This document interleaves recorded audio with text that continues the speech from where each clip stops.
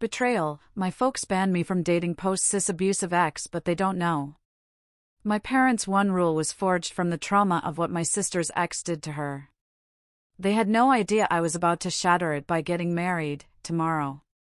After my sister, Chloe, finally escaped her abusive ex, our house stopped feeling like a home.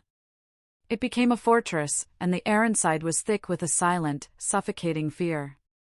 That fear created one single, unbreakable rule: no dating. No relationships. Not until I turned 25. If I broke it, I'd be cut off completely. No financial support, nothing. I'd be on my own. This wasn't about control or religion. It was raw, unfiltered terror.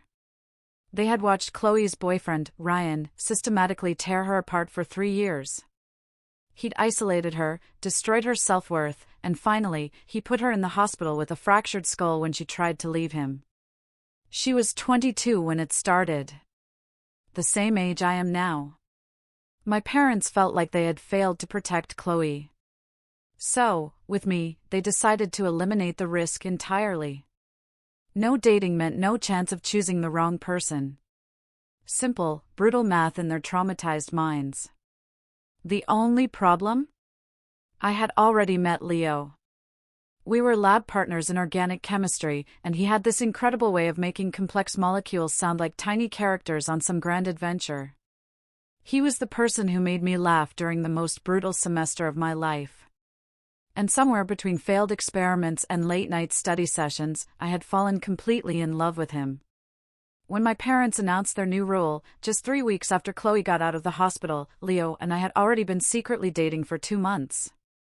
I remember sobbing in his apartment that night, convinced it was over. I couldn't afford medical school without my parents. But Leo just held me and said, "We'll figure it out. 3 years isn't forever. I'll wait." So we became experts at hiding in plain sight. To my parents, Leo was just my study partner. My tutoring buddy. The friend who lived near campus, which was the perfect excuse for me to stay at the library late. We'd sit in coffee shops, textbooks open, holding hands under the table where no one could see. We celebrated our anniversaries with takeout on his apartment floor, the music turned down low. My roommate, Sophia, was our lifeline. She covered for me constantly, sending my parents texts about our girls' nights while I was actually curled up on Leo's couch, critiquing the awful medical procedures on TV shows. For 2 years, we balanced on this tightrope. And it worked.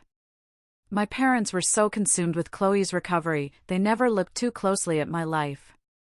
But Chloe knew. Of course, she knew. She figured it out about 8 months in. She came to visit me at school and saw the way Leo and I looked at each other. She pulled me aside later and just asked, point blank. I couldn't lie to her. I braced myself for her anger, for her to tell our parents, but instead, she just hugged me. She said she was glad I'd found someone who made me smile like that. She just made me promise one thing: to be careful. To actually listen if anyone saw a red flag. Because she hadn't, and it almost killed her. I promised. And just like that, she became our secret keeper. She'd run interference, texting me warnings if our parents were asking too many questions. She told me once that watching us gave her hope that real, healthy love wasn't a myth. Everything changed 6 months ago. Leo proposed. We were on a hike, at the top of this waterfall he'd been promising to show me for months. He got down on one knee with a ring he'd been saving for since our first anniversary. He knew we couldn't get married, not until their timeline was up. But he wanted me to know he was all in. I said yes, crying so hard I could barely see the ring, a simple silver band with a tiny sapphire, something he knew I could hide. I wore it on a chain, tucked under my shirt. Our secret. Then, Chloe got sick. It started with headaches. Then, after weeks of tests, they found it, a brain tumor, the size of a golf ball, pressing on her frontal lobe. The surgery was urgent. My parents completely fell apart. They had just gotten her back from Ryan, and now they were facing the possibility of losing her all over again. The night before our pre-surgery appointment, Chloe pulled me into the hospital hallway. Her voice was steady. She told me she'd updated her will. And one of her wishes, if something happened to her, was for me to stop hiding. To marry Leo. To live my life instead of waiting for some arbitrary deadline born from our parents' fear. I told her nothing was going to happen, but she grabbed my hand, her grip surprisingly strong. I wasted 3 years of my life trapped, she said. I am not going to let you waste 3 more years hiding someone who makes you happy. Promise me. I promised, my stomach churning at the thought of her not being okay. The surgery was a success. The tumor was benign. Chloe recovered with this fierce, incredible speed. And the night before she was discharged, she asked me alone, "Do you remember your promise?" I told her of course I did, but she was fine now, we didn't need to rush. She just shook her head. This taught me life is too damn short to wait for perfect circumstances. Marry him. Marry Leo now. I'll help you tell them afterward. I went home and told Leo everything. We stayed up until 3 a.m., the question hanging between us, were we brave enough to actually do it? But Chloe was right. We'd already lost 2 years to hiding. 3 more felt like an eternity. Leo looked at me and said if I was willing to risk it, he'd marry me tomorrow. I laughed and said, "How about next month?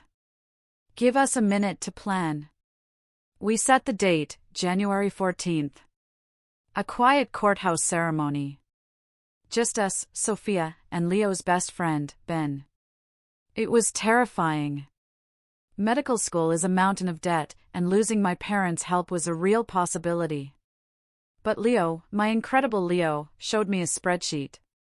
For 2 years, he'd been saving, planning for this exact scenario. He'd calculated a budget where we could make it on our own. It would be tight, but doable. I cried looking at that spreadsheet. He was planning our future while I was just trying to survive the day. The hardest part was the lying.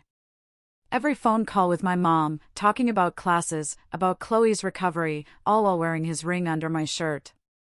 The guilt was a constant, heavy weight. Then, 2 weeks before the wedding, we got the call. Ryan was out on parole. Chloe's voice was shaking so badly I could barely understand her.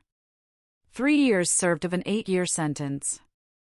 My parents went into overdrive, new locks, cameras, basically putting Chloe on house arrest. The tension was suffocating. I thought about postponing, but Chloe was adamant. "No," she said. "This is exactly why you have to do it. To prove his ghost doesn't get to control our family forever. Your love has nothing to do with my trauma." The morning of January 14th was cold and bright.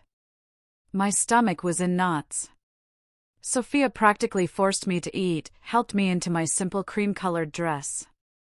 At 9:30, Leo texted. He was at the courthouse. It was time. As we were walking, just 2 blocks away, my phone rang. My heart stopped. It was Mom. My hand was shaking so badly Sophia had to grab my arm to steady me. Her voice was tight with paw. "Nick. Where are you?" "Chloe's gone. She left this morning, she's not answering her phone, we've been calling for 2 hours. With Ryan out." I felt sick. I knew exactly where Chloe was. She was at the courthouse, waiting for me, while our parents were imagining the worst. I mumbled something about trying to call her and hung up before she could ask more questions. I knew I should turn back. But we were so close. Leo was waiting. Chloe was waiting. Turning back felt impossible. I texted her. She replied instantly. Yes, I saw their calls. I silenced my phone. Today is about you. I'm not missing it. The courthouse was this grand, echoing building. And there he was. Leo, standing in a dark suit I'd never seen before, his face lighting up when he saw me. In that moment, all the chaos, all the fear, it was worth it. Chloe appeared from around a corner, wearing a bright blue dress and the biggest smile. She hugged me tight. "I'm so proud of you," she whispered. In a small, fluorescent-lit room on the third floor, we said our vows. Vows we'd written on notebook paper at 2 a.m. I promised to trust him, to stop hiding. He promised to be patient with my complicated, broken family. The officiant pronounced us married. And Leo kissed me. It was real. I was married. And I had no idea what was going to happen next. We had a quick celebration lunch at a tiny Italian place. Just the 5 of us. Chloe finally called my mom back with a practice lie about a school project, her voice apologetic but firm. Mom was angry, but relieved. Chloe had to go, leaving us with a hug and a promise to be there when I told them. That night, after I confessed everything to Leo, my fear, my guilt, my panic, I knew what I had to do. I couldn't hide for one more day. I called my mom. "I need to come over. I have to talk to you about something important." Leo insisted on coming with me. "We're married now," he said. "We face this together." We pulled up to my childhood home. My mom opened the door, her face falling when she saw Leo standing behind me. My dad did a double take. They'd never even met him. At the dinner table, the air was thick with unspoken tension. I took a deep breath. I have to confess something I've been hiding. My mom's face tensed. My dad looked confused. I told them everything. About Leo. About the past 2.5 years. The silence was suffocating. "Are you joking?" my dad finally asked. My mom looked at Leo like he was an intruder. "How could you be so selfish?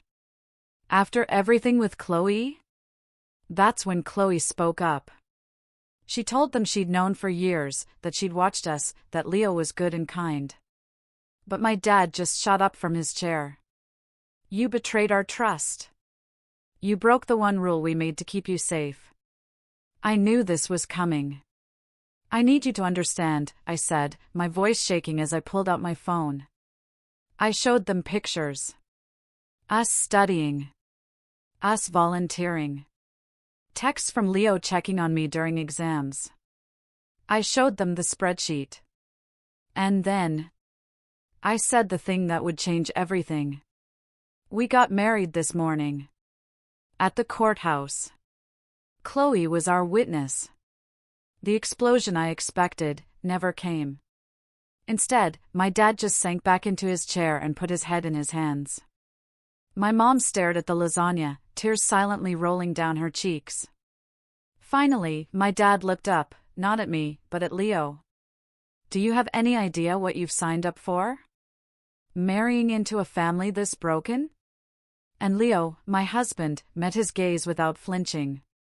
"Yes, sir, I do. I don't want to take her away from you. I want to be part of helping all of you heal." It took another hour of talking, of tears, of questions. Chloe explained her promise at the hospital. My mom looked at the wedding photos Lucas had sent, tears falling as she whispered, "You look so happy."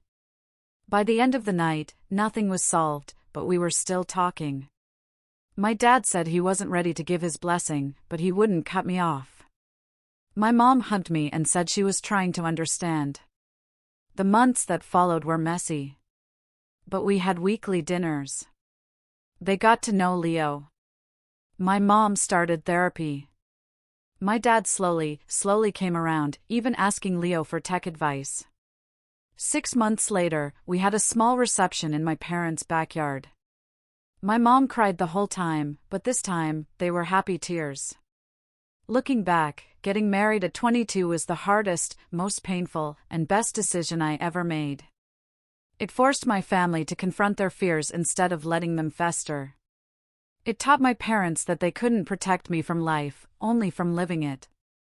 And it gave my sister the hope she needed to start her own life again, free from the shadow of her past. My secret wedding didn't break my family. In a strange, complicated way, it was the thing that finally started to put us back together. I know I broke their only rule, but was I wrong to fight for my own happiness? Let me know what you would have done in my shoes. I'm reading all the comments.